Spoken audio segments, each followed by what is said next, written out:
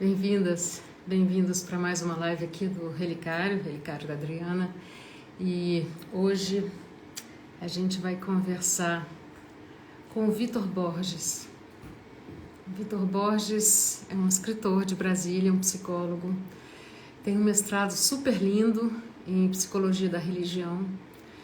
Ele está chegando. Olá, Vitor, e bem-vindo. Aguardo a sua chegada, já deu um oi. Concluindo aqui um comentário que eu acho super legal, ele fez um mestrado lindo em psicologia da religião e escreveu Zumbilândia. Aliás, foi com Zumbilândia e apresentando Zumbilândia que ele participou aqui do Relicário pela primeira vez. E daqui a pouco ele vai entrar para conversar sobre os encontros. Vem ao nosso encontro.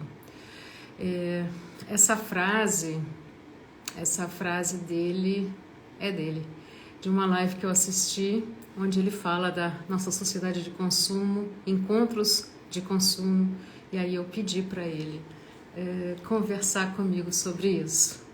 Oi, Helena. E estamos aqui esperando ele mandar o pedido para entrar. Há um tempo atrás, quando eu participei dessa live dele, e ele conversou sobre sociedade de consumo, aliás, é um tema frequente no trabalho do Vitor, essa frase me motivou bastante. Me motivou pela quantidade de solidão espalhada atualmente. Você me pediu para entrar, eu disse que sim. Será que eu apertei o botão certo? Eu sou da época. Olá! Tudo bom, Adriana? Tudo Tudo bom? bem? Bem-vindo! Tudo bem, tudo tranquilo com você. Tudo tranquilo, primeiro dia onde eu estou sentindo a primavera. Ah, que coisa boa, É, né? Isso é bom. Primavera é sempre bem-vinda, né? primavera é bem-vinda, as flores, a calefação que a gente vai desligando. Sem dúvida. Muito frio, né? Esse frio aí, né? Enfim, europeu. Não rola, não rola. Já estou assim contando nos dedos, enfim, o momento de voltar para Brasília, de passar a minha temporada anual em Brasília, que é minha cidade, que é minha paixão de cidade. Uhum, E aí é isso, contando uhum. e não Contando o quero tempo, né? contando o tempo, não quero mais ficar tanto tempo longe de Brasília, não. Chega. Sim. Já está há quanto tempo, Adriana? Olha, Vitor, assim, a minha vida é de vai e vem, sabe? Eu passei metade da minha vida no exterior, eu morei em 4 países fora o Brasil. Uhum, Angola, Cabo Verde, Alemanha e França. E foi sempre um vai e vem. É uma coisa meio nômade. E Brasília é o meu ponto, vamos dizer assim, é o ponto onde aquela agulhinha do compasso se fixa e sei, depois sei, é, sei, é vida de sei. compasso. É o eixo, né? A É, partir do qual você faz suas curvaturas, né? Enfim, exatamente. E aí agora a curvatura passou para a França e daqui a pouco vou voltar para Brasil. que coisa boa, muito É. bom, bom. Então, Vitor, olha só, eu já estava começando a anunciar que eu assisti uma live sua há um tempo atrás, que aliás tem uma estética linda, né? Você faz umas Uhum, coisas bonitas ali, enfim, onde tinha essa frase: os encontros vêm ao nosso encontro. E, e aquilo, e essa frase me tocou especialmente porque a gente vive num momento de muita solidão, não só pela questão de confinamento, lockdown, mas no momento em geral, né? Que você fala tão bem no seu livro Zumbilândia. uhum. E tem uma questão de solidão, tem uma questão de busca de controle de tudo, então a gente busca controlar até as chances de minimizar a solidão, corre atrás de tudo para não sentir solidão, e muitas vezes nesse afã que é muito humano e muito natural, ah, os encontros que estariam vindo ao nosso encontro não vêm. Eles não têm chance de Exatamente, chegar. sem dúvida. E aí veio a ideia queria que você falasse mais sobre isso, aquela live foi tão linda. É. Em primeiro lugar, né, aquela live, né, aquela gravação que eu fiz, na verdade, a estética é da Natasha Bellos, né? Você falou que a estética é linda, ela não se deve a mim, né? Isso é obra artística da Natasha, né, que vem me servindo muito bem nesse propósito, né, otimizando o meu tempo nesse sentido, né? Mas o que acontece? Ela foi motivada, aquela fala, porque eu venho constatando uma demanda clínica crescente, né? Isso vem acontecendo cada vez mais, né? É relacionada ao aspecto da demanda relacional, né? A clínica psicológica que nasce, né, das frustrações relacionais. E grande parte dessas frustrações vem sendo reforçadas, né, por esses sites de relacionamento, né? Esses sites de relacionamento, eles prestam um serviço e, ao mesmo tempo, com esse serviço, eles trazem uma frustração, né? Uma frustração humana, né? Que muitas das vezes não se torna suficientemente clara para os indivíduos que fazem uso desse procedimento, né? Enfim, porque os encontros, eles não são fabricações do homem, eles são vivências do homem. Então, eu não sou capaz de fabricar de antemão, né, a minha conexão com um outro indivíduo, nem com os sentidos da minha vida. Na verdade, essas coisas me encontram, eu me encontro com elas. Então, quando a gente vê, né, a formação, né, psíquica, né, psicodinâmica, que começa a se orientar a partir, né, deste mercado de sites de relacionamento, a gente vê que as pessoas, ao quererem se plugar, elas vão se tornando cada vez mais desplugadas, não só de si mesmas, como também de a possibilidade de desenvolver uma história e uma narrativa emocional mais fecunda com o outro. Obviamente que a gente precisa lidar clinicamente com uma enorme quantidade de frustrações. E é isso que vem ocorrendo, né? E isso tem chamado minha atenção, tem me preocupado, né? Porque é um impacto na saúde da população, né? E eu vejo, principalmente, mulheres sofrendo com isso, mais até mulheres, né, do que homens, se frustrando mais, né, porque eu acho que, de uma certa forma, isso está muito mais presente na mulher, a orientação para o vínculo emocional e para o relacionamento. Eu acho que isso é uma fecundidade da alma feminina, né, mais até do que a masculina. E, portanto, o sofrimento acaba sendo maior por conta das mulheres. Pelo menos essa tem sido a minha estatística. Né? Enfim, então é isso aí que está acontecendo. Aí a fala nasce, né? A reflexão, aquela reflexão nasce, né? É justamente dessa questão aí. Você falou do controle, né? A gente vive hoje numa sociedade em que quer controlar tudo, né? Até mesmo aquilo que não é suscetível de controle, né? Que é o encontro humano, não é tão controlável assim, podemos dizer, né? Enfim, então esse controle, que é uma coisa que está muito presente no espírito da nossa época, né? No nosso zeitgeist, né? Essa coisa do que caracteriza o nosso momento atual, né? Nasce, isso é sintoma. Na verdade, isso é um efeito de uma desconexão. Porque quanto mais eu estou desconectado do sentido da realidade, mais eu preciso controlar as minhas realidades. Então, a falta de conexão me leva, né, a uma demanda cada vez maior de controle. Se eu não consigo me conectar àquela pessoa, né, e ter, né, uma penetração no coração dela, na alma dela, eu vou querer controlá-la, né? Então não há mais conexão, inspiração nas relações, já na verdade, né, esses mecanismos, né, de fabricação e que vai tornando tudo tão artificial, né, Adriana? Uhum. E previsível. Previsível, porque sempre você vê assim, o fator de previsibilidade é impressionante. Né?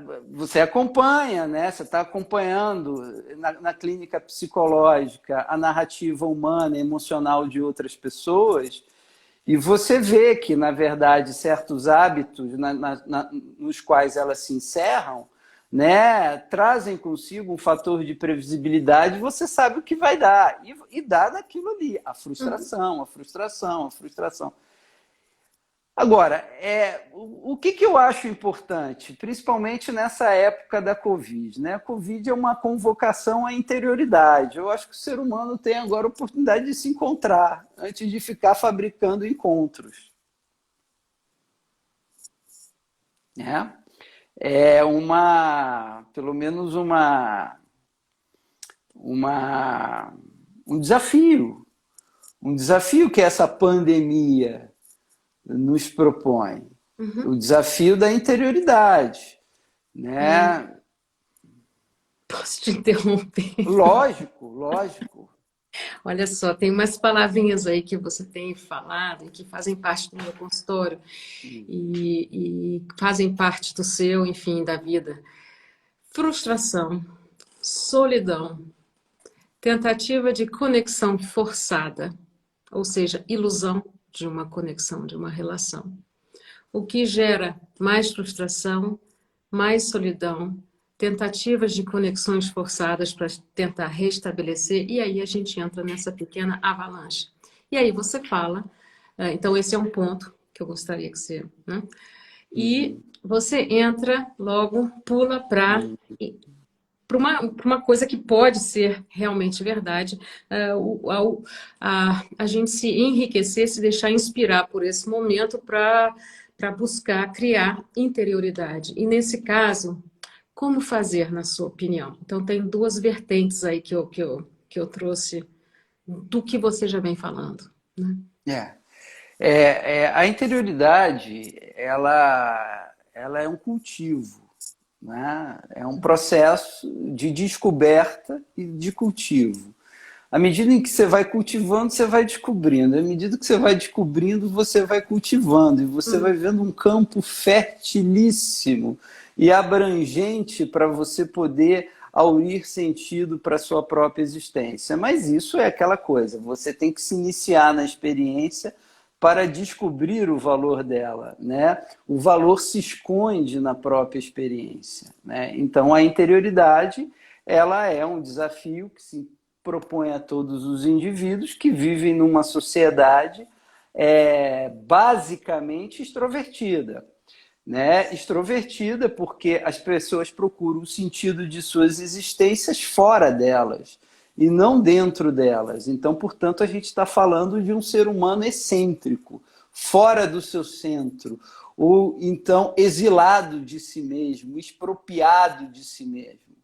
Né? Esse indivíduo ele vai procurar sentido nas contingências da vida que são importantes. Ninguém vive sem essas contingências. Eu preciso da minha profissão, eu preciso ter uma vida materialmente ordenada e suficiente para eu poder me expandir na minha experiência intelectual.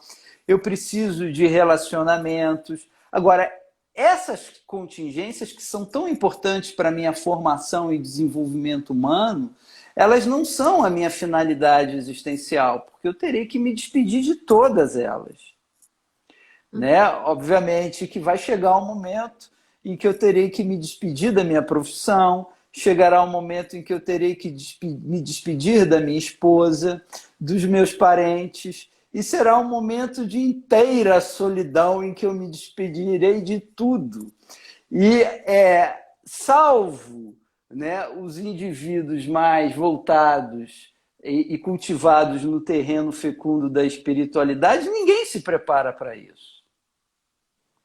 Então, é um homem muito mais contingencial, achando que o sentido na vida dele está nessas questões externas e sem desenvolver a sua própria interioridade. Agora, nós somos vítimas desse processo. E isso daí, os desencontros começam começam não, eles são, vamos dizer assim, o derivado, a consequência disso daí. Né? Porque nós não tivemos uma educação introspectiva.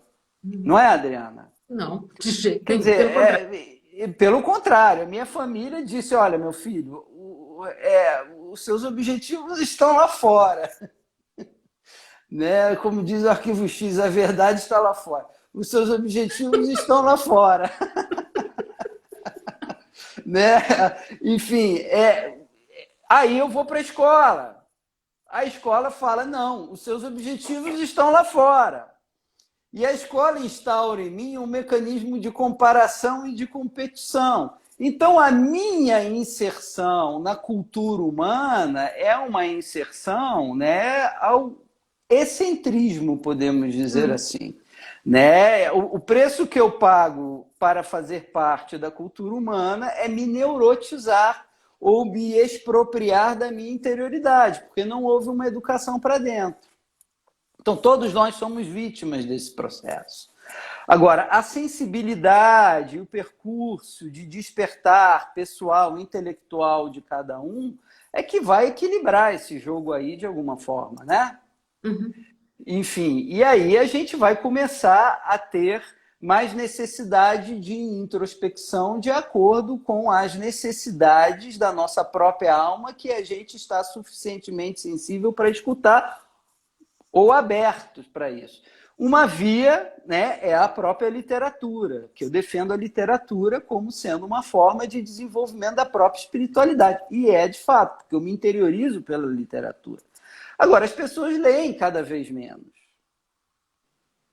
As pessoas lidam com informações sem conseguir se debruçar sobre elas. O Bauman dizia muito isso, da sociedade líquida, né? Ou seja, tudo é muito descartável. Então, as pessoas não conseguem segurar mais nada dentro de si. Elas vão passando de uma coisa para outra, são super estimuladas do lado de fora e não conseguem cultivar nada para o lado de dentro delas. Então, ficam pessoas que têm muita oferta lá fora e estão estéreis na sua interioridade. E aí um homem vazio de si vai encontrar com quem?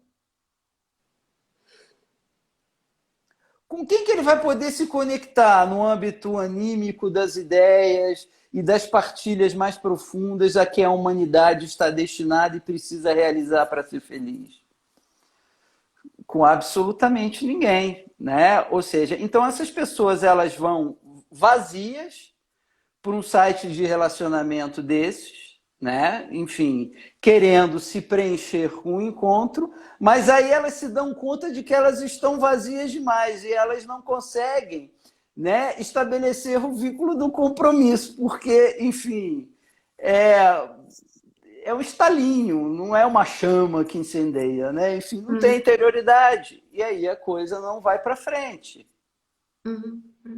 Né? Então, essa sensação que eu tenho, né? A falta de interioridade, a gente está pagando o preço nessa cultura que nós vivemos atualmente, né, Adriana? Enfim, e é complicado, né? Por quê? Porque é o chamado circuito, né? O circuito fechado, o circuito das repetições.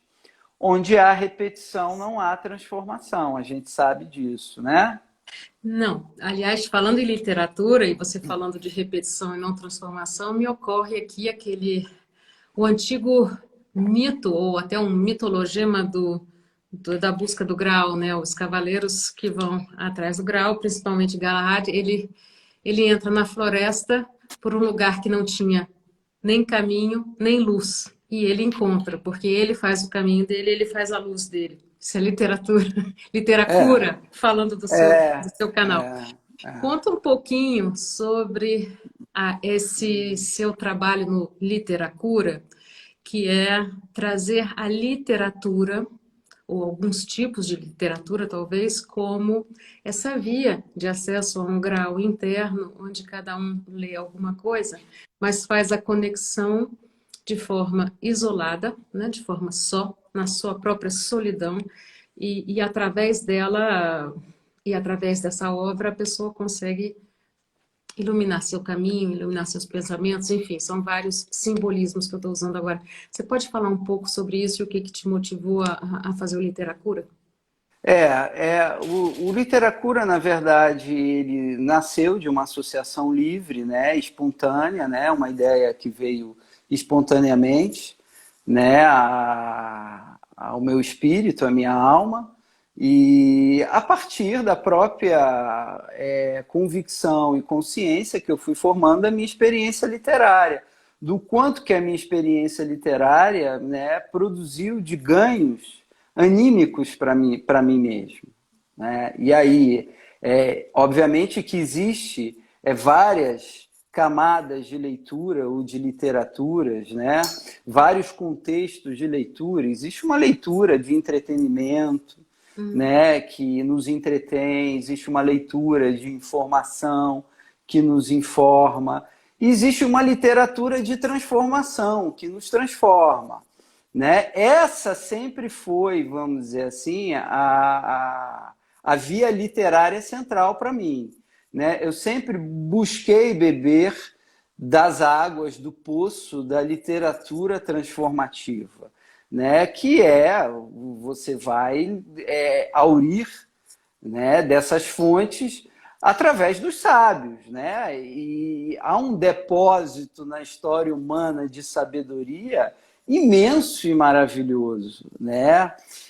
A história tem um sentido e, na verdade, a história é uma trajetória em direção ao sentido, em direção ao logos, né? O logos que na verdade, o nosso fim. O nosso fim é chegarmos, né, a essa união, né, enfim, feliz e plena com o logos, né, a participação da sabedoria.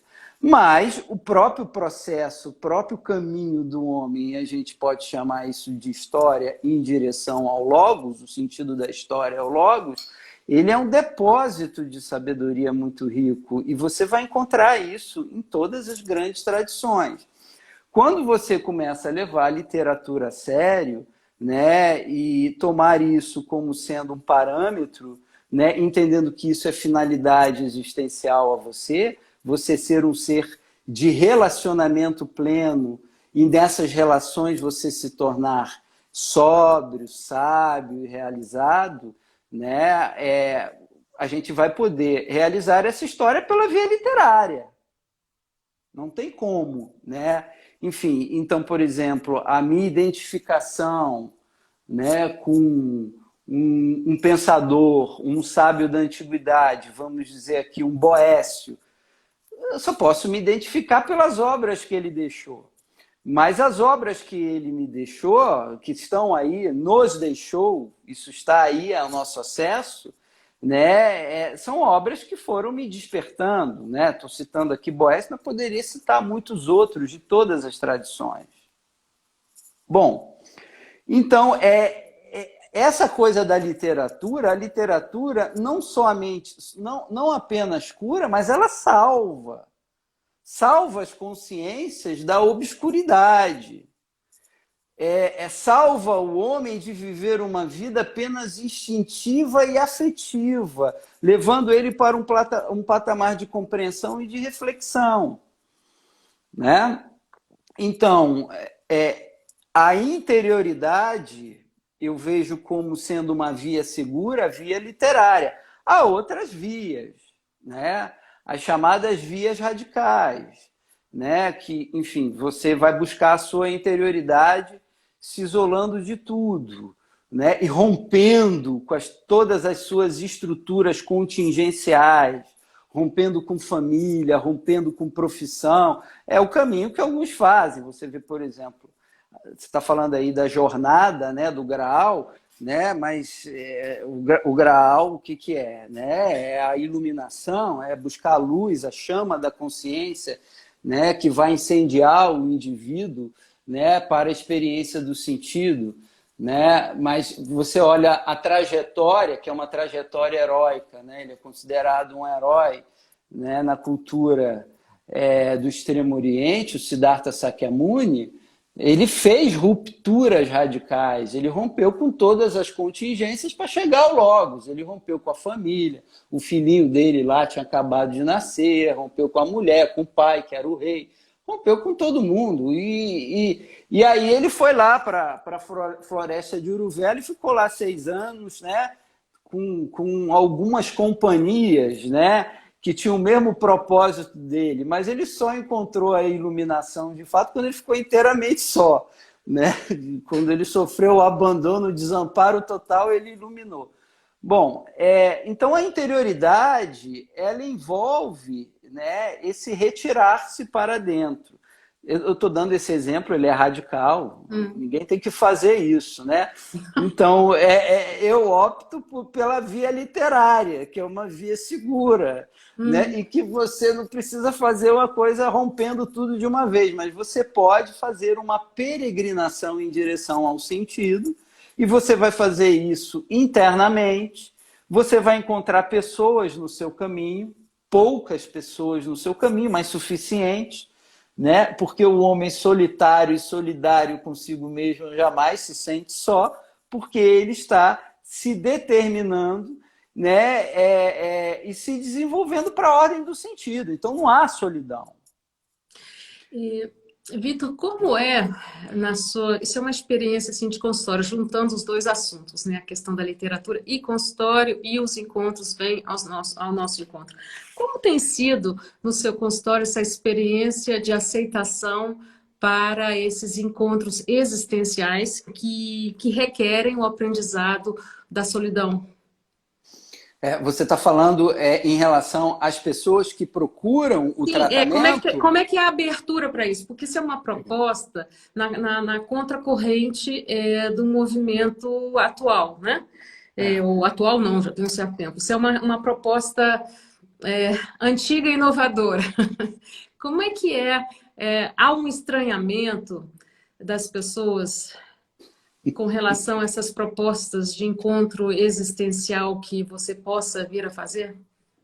Eu tenho tido, obviamente, que a gente precisa, vamos dizer assim, trabalhar sempre, né, com contextos clínicos diferentes. Né? Existem contextos e contextos. Né? Mas eu tenho tido a satisfação de atender pessoas que, de alguma forma, estão tendendo, mesmo que inconscientemente, para esse tipo de movimento. Então, eu poderia dizer que, no momento, algo que eu sinto acontecer é uma certa sincronicidade clínica, entende o que eu quero dizer?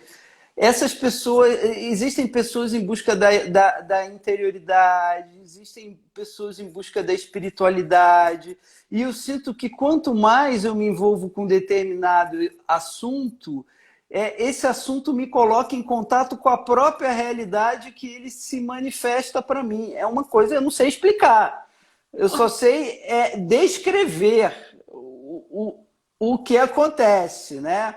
Enfim, então quando você entende que o sentido da sua vida está nisto, né, o próprio sentido começa a trazer para você aquelas demandas humanas, né, necessárias a isso. Bom, eu poderia dizer que essa é a minha missão clínica? Poderia, né? Eu diria que todos os meus pacientes estão demandando isso? Não estão, e muitas vezes não tem nem não chegou o momento, e às vezes não vai chegar o momento de eu propor isso, que a questão lá é outra. Mas eu diria que uma parte crescente e significativa tem vindo em busca dessa interioridade, desse encontro com o sentido. Daí que nesse momento da minha vida eu venho me sentindo muito bem acolhido, pela abordagem da logoterapia do Viktor Frankl. Que era uma abordagem que eu não conhecia antes, né? Eu vim conhecer mais agora, né? Naquilo que eu chamo da minha formação informal, né? Eu não fiz nenhuma formação acadêmica, né, em logoterapia, mas eu venho estudando logoterapia nos últimos anos. Eu falei assim, poxa, que bom, encontrei um cara que está em total sintonia com aquilo que eu estou sentindo e está conseguindo traduzir muito bem para mim a minha própria experiência. Né? Então, eu acho que é uma sintonia de fatores, entende, Adriana? Enfim. Entendo. Então, os encontros estão vindo ao seu encontro. Exatamente, é mais ou menos isso daí. Né? Eu acho o seguinte, quando eu quero encontrar, quando eu quero ter o verdadeiro encontro, né, na minha vida, né, peraí que eu tenho que botar aqui a bateria, que eu tenho medo de cair aqui, ficar sem bateria. Pronto. Quando eu estou em busca do verdadeiro encontro, eu quero citar uma parte aqui de um livro lindo, que eu já li algumas vezes, que é um livro que me despertou profundamente, que é o Confissões de Santo Agostinho. Né? Tem uma passagem lá do livro, que é o Encontro com Deus, né? Em que ele fala mais ou menos assim, eu não vou conseguir traduzir, né, 100% a fala dele, mas o sentido eu acho que eu vou conseguir passar, em que ele diz assim: ó beleza tão antiga e tão nova, tarde vos encontrei, eu que desordenadamente buscava o valor da minha vida nas criaturas que vós criastes e que não existiriam sem ti, que as criastes. Mais tarde vos achei porque estava perdido nessas criaturas, e tu rompestes a minha surdez de dentro. E finalmente eu vos ouvi. E quando vos encontrei, passei a vos buscar. Olha que coisa paradoxal e linda. Quando vos achei, passei a vos buscar. Então eu começo a buscar aquilo que eu encontro. Ai, que arrepio.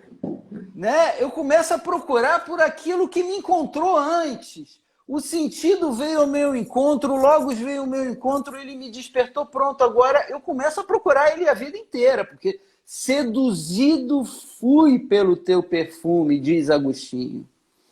Né? E nada se tornou comparável a ti. Né? E aí ele realmente, a questão da solidão, do vazio existencial acabou ali.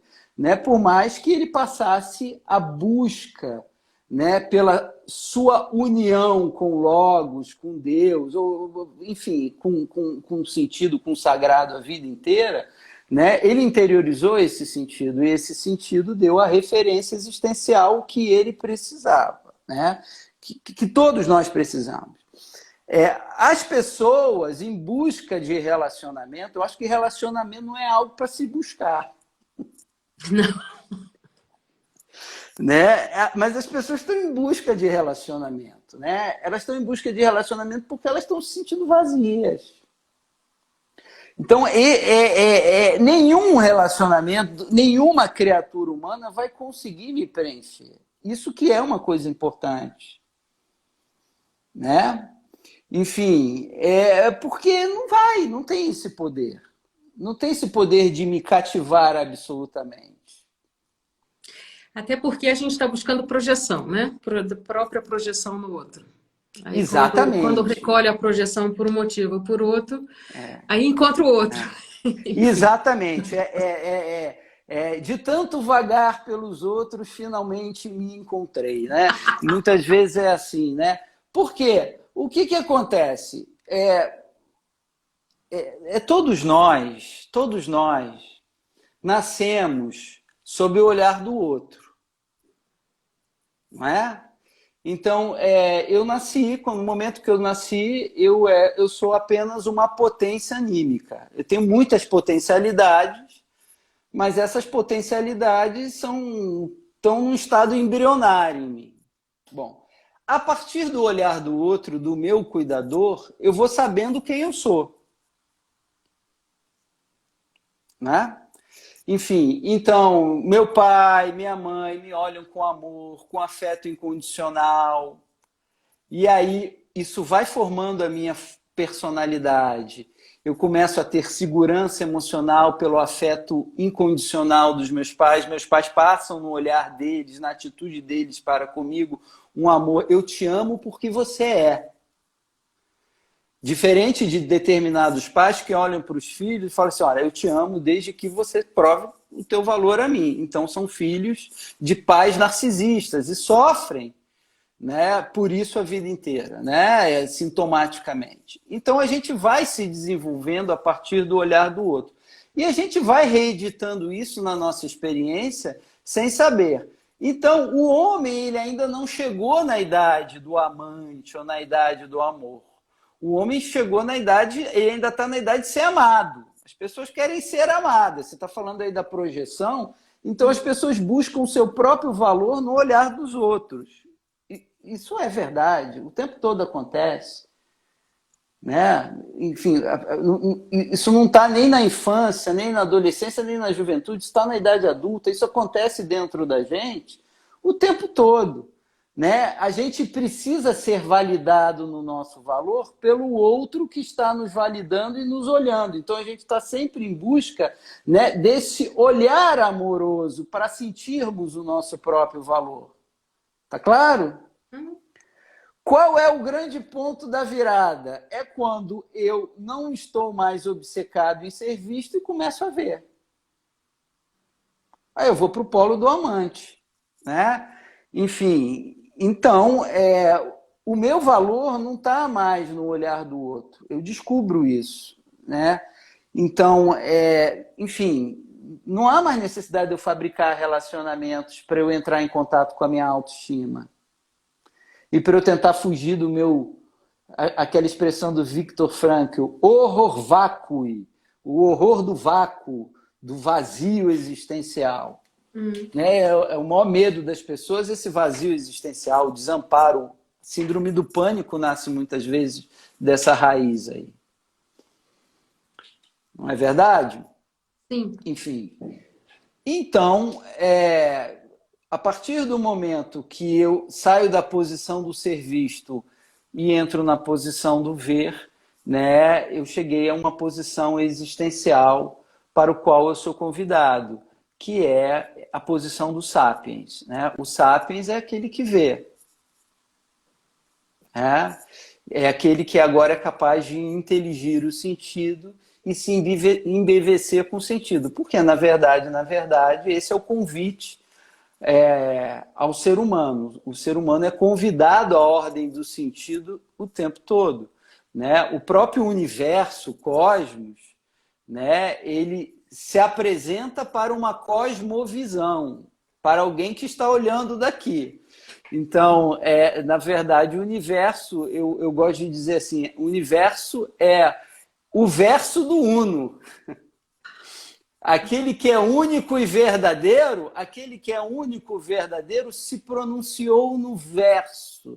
E esse verso é dedicado a mim, que aqui vejo o verso dele, para me despertar pelo verso dele, para ele. E assim eu vou andando da obra ao artesão. É mais ou menos assim dentro de uma metáfora mística, podemos dizer assim. Então, esse é o despertar do olhar. Quando eu olho, acabou essa história de carência. Eu estou ardendo na caridade, eu já estou sendo seduzido, como diz Santo Agostinho, tarde vos achei. Né? Enfim, tarde vos achei. Né? E essa fala do Santo Agostinho, no Confissões, ela é absolutamente convergente com aquela fala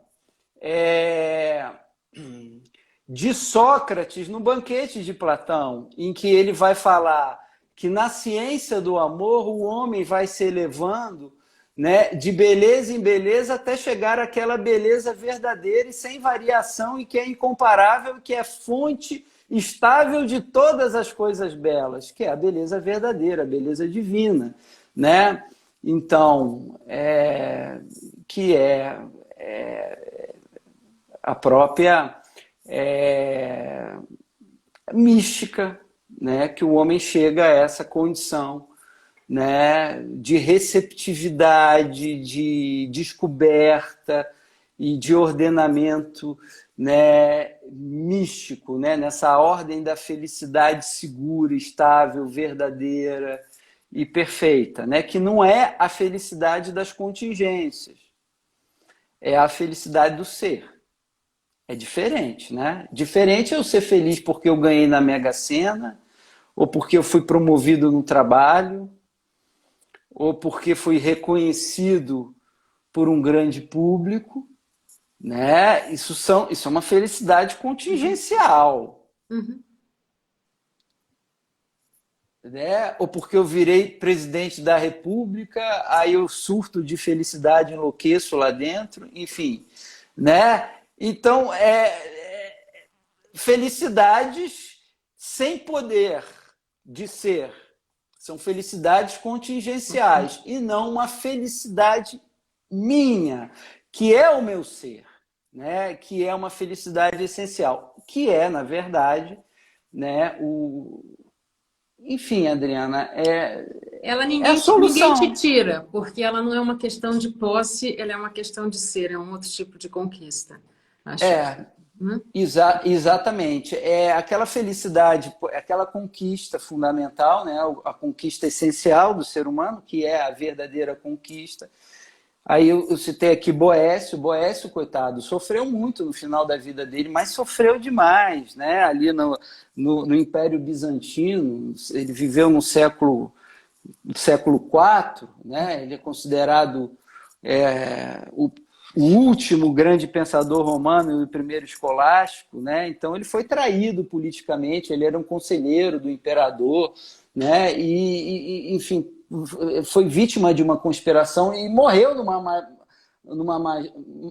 masmorra, né? E ali ele escreveu, né, da divina consolação, e ali ele tem uma visão da sabedoria, do sentido, né, que se apresenta para ele na forma de uma linda mulher, né, a partir de um princípio, né, ele acessou o arquétipo da feminilidade, né, na interiorização da sabedoria, que já estava nele, né?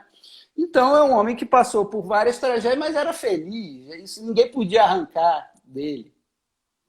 Então, isso é uma ordem superior, né? Que só é alcançada pela interioridade. Agora, o homem, né? Principalmente o homem atual, que é o homem do entretenimento, ele tem medo da interioridade, né? Tem medo da interioridade. Então, ele fica vivendo somente os crushes, né? Uma expressão que eu fiquei conhecendo recentemente, os crushes, né, que são o cardápio humano, né, do Tinder, do Happn, são os cardápios. Aí você tem um crush tal, né? Então são apenas colisões afetivas, não são encontros, porque o homem não consegue mais se inscrever na ordem do compromisso, que é a ordem do amor, né? Tá bom, houve uma atração, ok, mas o que vem depois disso? Né? O que vem depois da atração? Vem um compromisso, né? E o compromisso ele nasce do quê? Nasce da atitude do indivíduo de responsabilidade perante as suas escolhas, né? Agora as pessoas elas estão vivendo de uma forma aí, vamos dizer assim, sem compromisso com absolutamente nada, com nenhum valor. São seres apenas apetecentes, né? Em grande parte a gente vê isso acontecer, né? E eu vejo, né, profundamente assustado, né, uma quantidade grande, né, de atitudes cínicas se reforçando nesses contextos que são hoje contextos de psicopatologia. Então, o que acontece? A tecnologia, as facilidades tecnológicas está trazendo demanda clínica para a gente, Adriana. Sim. Enfim, à medida em que as tecnologias vão trazendo, né, as suas facilidades, né, o homem vai se tornando cada vez mais carente da sua interioridade, portanto, a clínica psicológica vai se tornando cada vez mais necessária, né? Enfim, a profissão da psicologia, eu não estou falando nem a medicina psiquiátrica, mas a psicoterapia, né? Porque há uma diferença entre psicoterapia e psiquiatria. A psiquiatria vai tratar da dor de cabeça da Maria, né? Mas a psicoterapia vai tratar da Maria que tem uma dor de cabeça, é bem diferente. Né? Então, a clínica psicológica é uma demanda crescente, cada vez mais, na minha opinião. Perfeito. Né? Agora, os encontros da tecnologia também são facilitados, porque agora a gente pode encontrar, né? Enfim, apesar das distâncias, a gente pode ter os encontros anímicos, que são os importantes, né? As trocas de valores, né? E essas correspondências humanas. Isso daí é que, na verdade, importa, né? Enfim, então não se fabrica encontros, né, querida? Eu acho que fundamentalmente é isso, né? Quanto mais eu quero me encontrar com alguém, mais sozinho eu fico. É engraçado isso, não sei se você já observou isso. Já isso na é um minha fenômeno. vida, já, claro. Em nossas vidas, né? Quanto mais a gente fica ansioso, eu quero encontrar alguém e tal, e aí. Não, tem algo que puxa a gente para fora dos encontros, né? Claro. Ou a gente usa de violência para tentar fazer com que a pessoa se encaixe na ideia que eu resolvi ter dela pelas projeções mais diversas, ou uma autoviolência que eu faço comigo, tentando me encaixar no molde que a outra pessoa me oferece e eu que fique pianinho, porque senão ela me larga. Essas violências contra o outro ou contra si mesmo, pelo medo da solidão, enfim, essa coisa toda que a gente tem conversado, realmente é uma constante em consultório, é uma constante na vida de cada um. Eu conheço, imagino que todo mundo conheça, mais ou menos, mas o bacana da vida é poder amadurecer, como diz o nosso querido Rogers, ser adulto ou tornar-se adulto é contabilizar de uma forma saudável as perdas. E existem perdas fundamentais para a gente conseguir fazer os encontros existenciais, ou deixar que eles aconteçam, não é nem provocar encontros existenciais consigo mesmo, mas deixar que o que já existe possa ocupar seu lugar. Enfim, um vasto assunto. É um vasto assunto, mas é exatamente isso, né? Contabilizar as perdas, né? Contabilizar as frustrações, né? Isso também entra.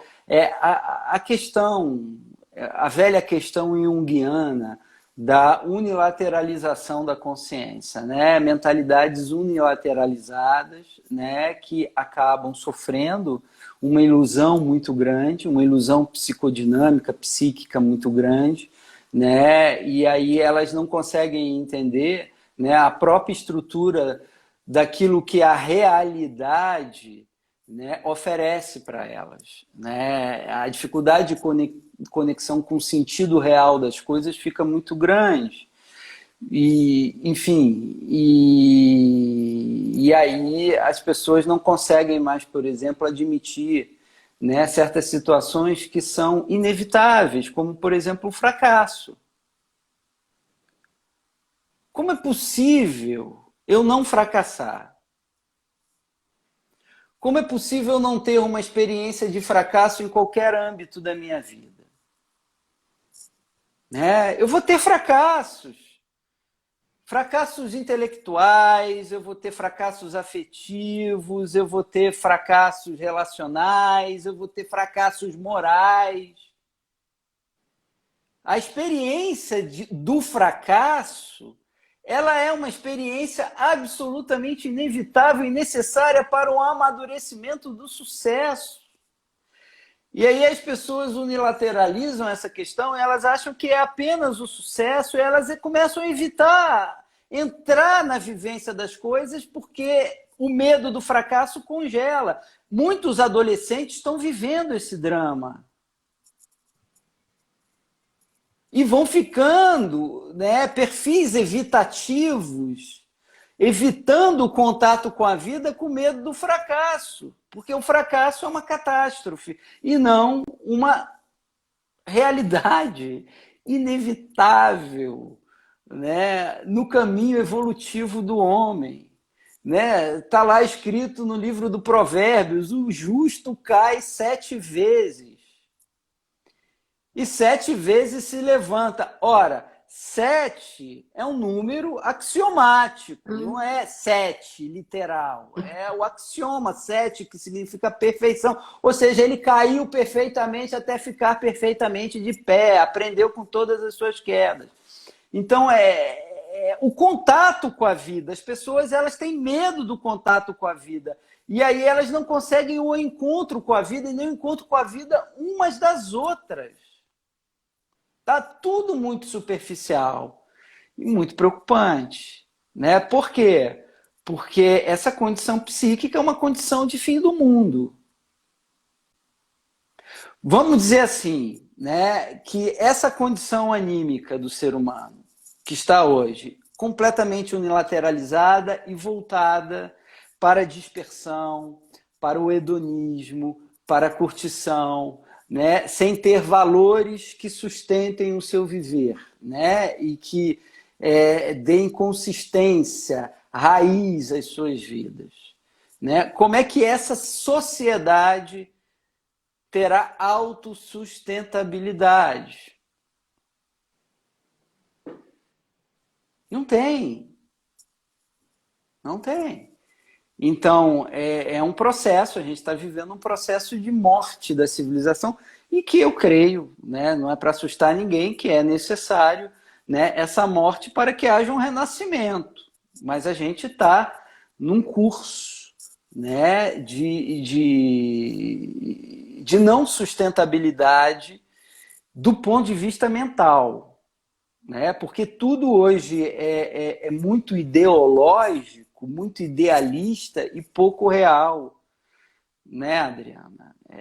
E aí não há encontros verdadeiros, porque tudo está no âmbito de ideias que colidem umas com as outras e que reagem umas às outras. A gente vê isso, inclusive, no nosso cenário político. Né? Aqui no Brasil, como se não bastasse a agonia da pandemia, né? Existe a agonia, né? Vamos dizer assim, de uma ordem vigente, de uma ordem política que não consegue se encontrar, conversar entre si. Não consegue. Então, a gente está vivendo dentro a síndrome dos desencontros. Né? Isso está aparecendo por todos os lados. Né? Enfim, isso é bastante perturbador, né? Mas, enfim, o sentido sempre prevalece. Né? O sentido, ele sempre tem o poder de rasgar esses véus de ilusão que, vez ou outra, cobertam, né, a experiência da cultura humana. Né? Enfim. Queridão, para finalizar, porque até daqui a pouco o WhatsApp vai nos cortar. Chega uma hora que a própria plataforma corta. Finalizando, você falando agora sobre questões, né, dos nossos mitos de morte e ressurreição, me lembrei de um axioma da alquimia tão presente, que todos os processos alquímicos se fazem através da dissolução e da coagulação, e que tem momentos que dissolve e em outros momentos que a substância é coagulada, ou seja, faz-se e desfaz-se mundos, sociedades, pensamentos, Exato. modelos de vida. Imagino que, efetivamente, como você falou agora, a gente está no momento, usando a linguagem alquímica, no momento de dissolução para que outra coisa possa se refazer ou coagular na linguagem alquímica. Assuntos e assuntos para outros lives. para outras lives, outros outros encontros, né? livros do... Pois é, e eu imagino que você, agora para finalizar, gostaria de avisar para todo mundo que você tem no seu canal do YouTube um curso agora online, né? A gente tem mais, acho que 3 minutos, eu acho, se você quiser, para concluir, falar sobre o seu curso, que, bom, falando de Jung, a gente fala de alquimia. Por favor, eu te passo a palavra e já me despeço de todo mundo. Ok. Então estamos aí, como você bem disse, na Nigredo. Depois da Nigredo, sejamos esperançosos, porque vem a Albedo, a claridade, a brancura. Isso vai acontecer, não tenho dúvida disso. Bom, o Literacura, são encontros online que acontecem uma vez por mês, né, entre psicólogos e pessoas que estão fazendo formação em psicologia, e a gente discute determinados temas de livros. Já foram soltos sobre a individuação do livro Jung, o Eu Inconsciente, do Jung, né, a parte da individuação.